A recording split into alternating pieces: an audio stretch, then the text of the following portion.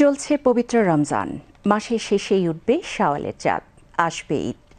উৎসব উপলক্ষে রাজধানী সহ সারা দেশের মানুষের মধ্যে নারীর টানে নিজ এলাকায় ফেরার এক অন্যরকম আনন্দ বিরাজ করে। প্রিয়জনের সাথে আনন্দ ভাগাভাগিতে মানুষ ছোটে নিরাপদ বাহনের খোঁজে। তাই ট্রেন যাত্রাকে বেছে নেয় সবার আগে। এই জন্য জিততে হয় টিকিট পাওয়ার কঠিন লড়াই। গতবারের মতো এবারও 7 দিনের আন্তনগর ট্রেনের টিকিট বিক্রি করবে বাংলাদেশ রেলওয়ে। ঈদ উপলক্ষে 14 মার্চ থেকে যাত্রীদের নামতে হবে সেই টিকিট কাটার যুদ্ধে। অগ্রিম টিকিটের পুরো কার্যক্রমেই চলবে অনলাইনে।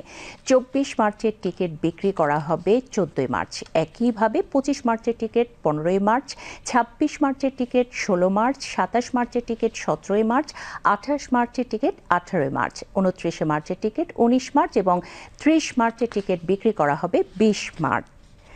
রেল সচিব মোহাম্মদ ফাহিমুল ইসলাম বলেন, 24 থেকে 30 মার্চ এই সময়টাতে ঈদ যাত্রা হিসেবে চিহ্নিত করা হয়েছে। নিয়ম অনুযায়ী যাত্রার দিন হতে 10 দিন আগে পাওয়া যাবে টিকিট।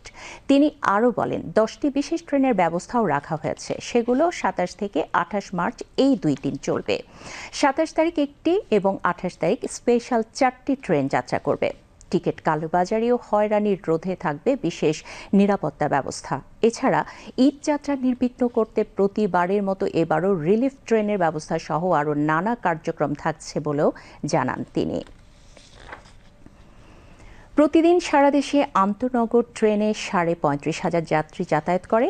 ঈদে তা বেড়ে দাঁড়ায় 50,000-এর মতো। ফলে ব্যবস্থাপনায় থাকা রেল কর্মকর্তা ও কর্মচারীদেরও থাকে বাড়তি দায়িত্ব। বাংলাদেশ রেলওয়ের যুগ্ম মহাপরিচালক অপারেশন মোহাম্মদ নাজমুল ইসলাম জানান, এবার ঈদের আগে অগ্রিম টিকিট ব্যবস্থাপনা সম্পূর্ণ অনলাইনে চলবে। এই সময় যাত্রীদের বাড়তি চাপ থাকে। আন্তনগর ট্রেনগুলোতে বাড়তি কোচও যুক্ত করা হবে। উল্লেখ্য, চাঁদ দেখার উপর ভিত্তি করে 31 মার্চ, 1 ও 2 এপ্রিলে টিকিট বিক্রি করা হতে পারে। এছাড়া ফিরতি যাত্রার টিকিট বিক্রি শুরু হতে পারে 24 মার্চ থেকে।